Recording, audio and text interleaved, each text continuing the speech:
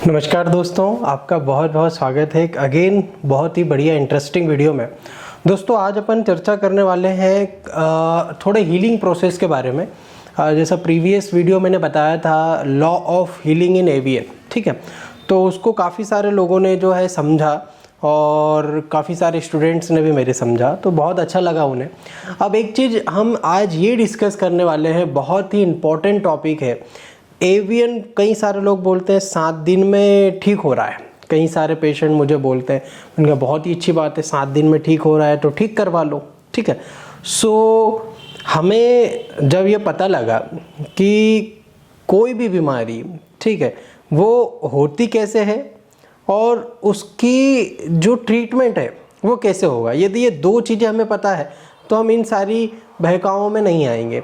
अब सबसे महत्वपूर्ण बात, जो की फैक्टर है इस पूरे वीडियो की, जो की नोट आप इसको बोल सकते हैं, वो ये है कि एक स्टेटमेंट आपको देता हूं मैं, यदि आपने उसको दिमाग में बिठा लिया तो शायद कोई भी बीमारी हो दुनिया की, वो आपके दिमाग से ये क्वेश्चन निकल जाएगा कि कितने समय में ठीक होगी, ठीक है। ये जो क्वेश्चन होता है ना पेशेंट का, कितने समय में ठीक होंगे सर, तो वो शायद आपके दिमाग से निकल जाएगा। हालांकि 2 से 3 वीडियो शायद प्रीवियसली अपलोडेड है कि आपकी रिकवरी कितने समय में होगी, क्या होगी, कैसे उसको डिफाइन करें, किस फैक्टर पे डिपेंड करता है, सारी चीज़ें ऑलरेडी मैं बता चुका हूँ। कई सारे वीडियोस जो हैं अपलोडेड है एवियन से रिलेटेड।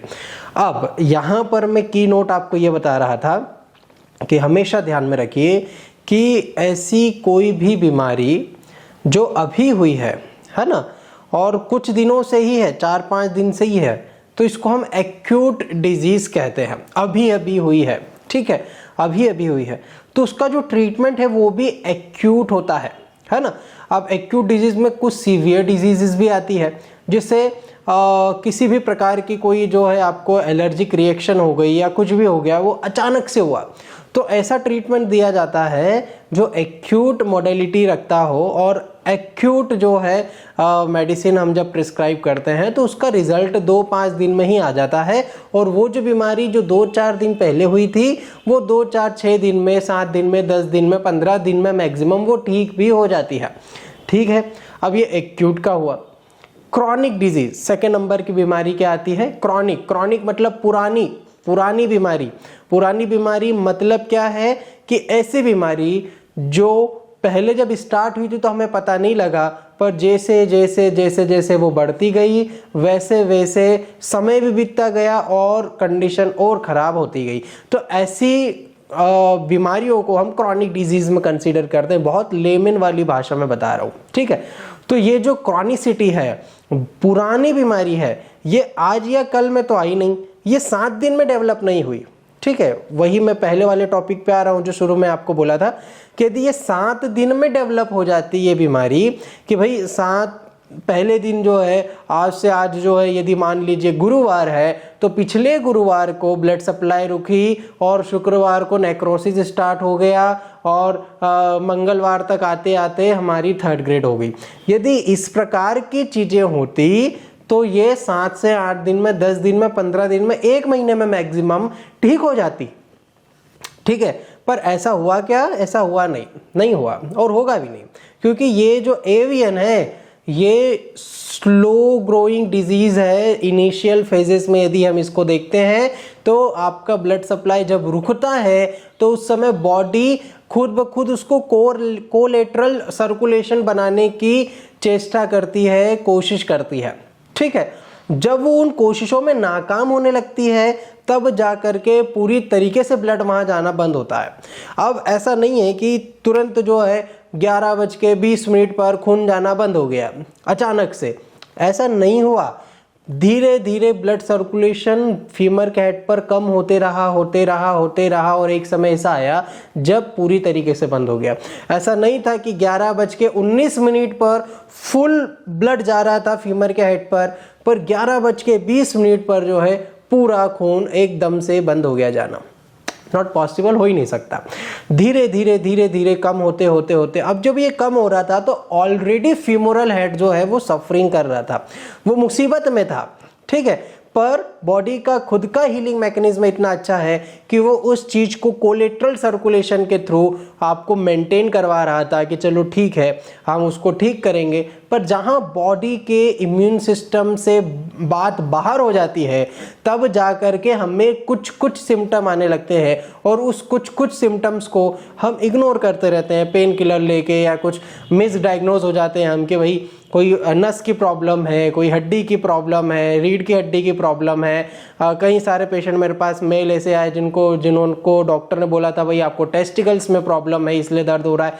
तो कई सारे भटकाओं के बाद में हम कई सारी दवाई लेने के बाद और ये समय बीतता जाता है।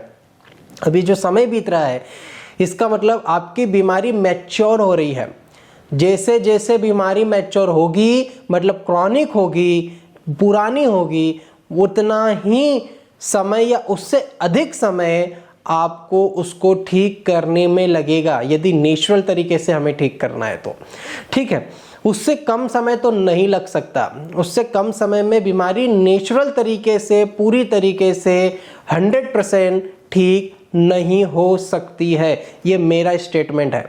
ठीक है, यदि आपको 2 महीने में नेक्रोसिस डेवलप हुआ था, 2 महीने पहले एक बार दर्द हुआ था, उस समय आपने एमआरआई करवाई थी, वो नॉर्मल आई थी, पर 2 महीने बाद एमआरआई करवाई उसमें ग्रेड सेकंड आ गया। इसका मतलब ये है कि उन 2 महीनों के बीच में आपका जो डिजीज का प्रोग्रेशन है वो ज़्यादा हुआ। ऐसा कोई फैक्टर है जिस कारण से वो प्रोग्रेस ज़्यादा हो गई।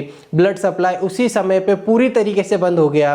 ठीक है, अब 2 महीने पहले से आपका ब्लड सर्कुलेशन धीरे धीरे कम हो रहा था पर बंद पूरी तरीके से नहीं हुआ था, तो बॉडी उसको मेंटेन कर रही थी। ठीक है, जैसे ही पूरी तरीके से बंद हुआ उसी समय से धीरे धीरे दर्द भी स्टार्ट होने लग गया। अब आप समझ पा रहे होंगे कि जो 2 महीने पुरानी हम बीमारी समझ रहे हैं वो हो सकता है कि प्रीवियस 4 महीने से ही बीमारी हमारे शरीर में हो, पर वो धीरे धीरे हमें सप्लाई तो दे रही थी, पूरी तरीके से 100% सप्लाई तो नहीं हो रही थी, पर कुछ मात्रा में 30 से 40% भी ब्लड सप्लाई हो रही थी, तो बॉडी उसको मेंटेन करने की कोशिश कर रही थी। ठीक है, अब ऐसी बीमारी जो 7 दिन में नहीं हुई है, जिसको महीनों लगे हैं हमारे शरीर में डेवलप होने के लिए, तो उसको ठीक होने के लिए भी नेचुरल तरीके से उतना समय या उससे ज़्यादा समय लग सकता है। उससे कम समय में बीमारी ठीक होने वाली नहीं है। 7 दिन में ठीक नहीं होगी। 7 दिन में नेक्रोसिस बनी हो तो ठीक हो जाएगी, बट 7 दिन में यदि बनी हो तो बहुत बढ़िया है, नहीं बनी ना तो फिर कैसे ठीक हो सकती है। ये तो बहुत बहुत ज़्यादा जिसको हम बोल सकते हैं सिंपल सी चीज़ है, बहुत सिंपल सी चीज़ है। हम ध्यान नहीं देते है ना, हम दिमाग नहीं लगाते, हम बस भटकते रहते हैं। यदि हमने इस चीज़ में दिमाग लगा लिया, एवियन पेशेंट कई सारी दूसरी बकवास सी चीज़ों में दिमाग लगाते रहते हैं। ठीक है, जिससे निकलता कंक्लूजन कुछ भी नहीं है ना, उल्टा जो है वो उनकी बीमारी बढ़ा लेते हैं। ठीक है, तो मेन मोटिव क्या है कि हमें हमारी बीमारी के बारे में नॉलेज हो, तब जा कर के हमें सारी चीज़ें क्लियर होगी, तब जा कर के हम डॉक्टर भी सही सिलेक्ट करेंगे, तब जा कर के हमें पता लग पाएगा कि हमारी जो ट्रीटमेंट है उसका डायरेक्शन किस ओर जा रहा है, उसकी हीलिंग प्रोसेस क्या है। जब हमारे दिमाग में ये बैठा रहेगा ना कि हमारी बीमारी क्रॉनिक है और उसका ट्रीटमेंट भी क्रॉनिक चलेगा, ब्लड सर्कुलेशन स्टार्ट होगा तो क्या होगा, हमको टेम्परेरी रिलीफ चाहिए तो क्या होगा, what is the difference between management and the cure। सो आपको इनके बीच में काफ़ी सारे मिस गाइडेंस हो जाते हैं, काफ़ी सारे मिथ्स रहते हैं आपके दिमाग में, तो ही आप आपकी बीमारी को बढ़ाते चले जाते हो और इसीलिए अल्टीमेटली रिजल्ट आपको 0 ही मिलता है। ठीक है, तो मेरा मोटिव केवल और केवल यही है दोस्तों, लास्ट में यही बोलूँगा आपको कि इस चैनल पे आप एवियन के किसी भी वीडियो को उठा के देख लीजिए, आपको शायद ही कोई ऐसा वीडियो मिले जिसमें कुछ सीखने को ना मिल रहा हो। ठीक है, मेरा मोटिव ही ये रहता है कि आपको एजुकेट करूं। ट्रीटमेंट तो आप ले ही रहे हो किसी भी डॉक्टर से, कहीं से भी, मुझसे और बहुत सारे डॉक्टर्स हैं, किसी न किसी से ट्रीटमेंट ले रहे हो, फ़ायदा भी हो रहा है, कोई दिक्कत नहीं है उससे। हमारा मोटिव यही कि आप एजुकेट हो।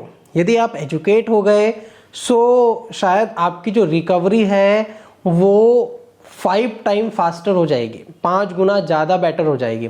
क्योंकि उस समय आपको पता ये रहेगा कि बीमारी कैसे हुई, क्या बीमारी है, कैसे ठीक होगी, क्या प्रिकॉशंस रखना है, क्या खाना है, क्या नहीं खाना है, कैसे चलना है, कैसे फिरना है, कितना चलना है, कितना नहीं चलना है, कैसे बैठना है, कट कट की आवाज़ क्यों आती है, पैर छोटा क्यों होता है, पैर पतला क्यों हो जाता है, पेल्विक टिल्ट क्या है, यदि हमें स्टेरॉइड इंड्यूस एवियन है तो हम क्या कर सकते हैं, HLA-B27 के साथ है तो हम क्या कर सकते हैं।